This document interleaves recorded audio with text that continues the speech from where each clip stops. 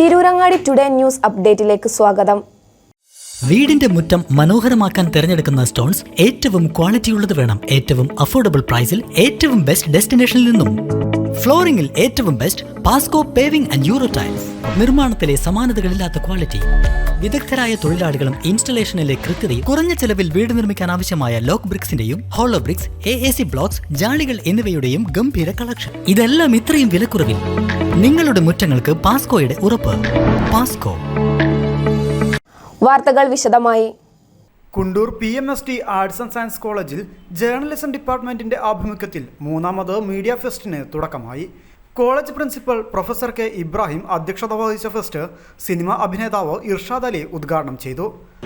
വേറെ കവിത അല്ലേ, കവിത പറയാ വീരാകുട്ടി ഭാഷ പരീക്ഷ കവിത പറയാം. ഞാനത് ചോദ്യം പോലെ വേണമെങ്കിൽ നിങ്ങളോട് ചോദിക്കാവുന്നൊരു കാര്യം.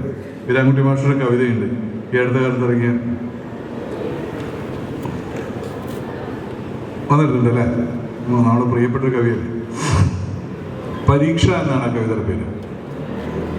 മഴയത്ത് ഒരു ഇല ചൂടി നടന്നു പോകുന്നു രണ്ടുപേർ.